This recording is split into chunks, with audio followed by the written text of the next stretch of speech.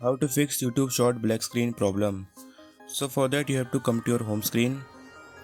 Now you have to long press on YouTube application.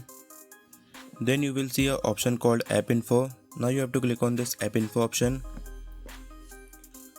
After that you will have an interface like this. Here you will see option called storage and cache. Now you have to open this option.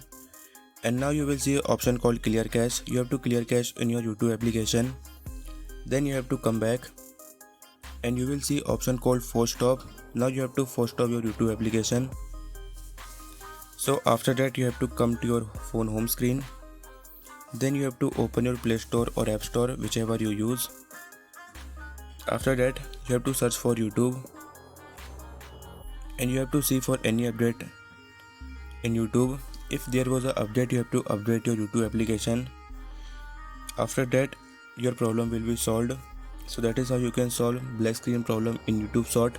If you like this video, please subscribe to my channel for more videos like this one.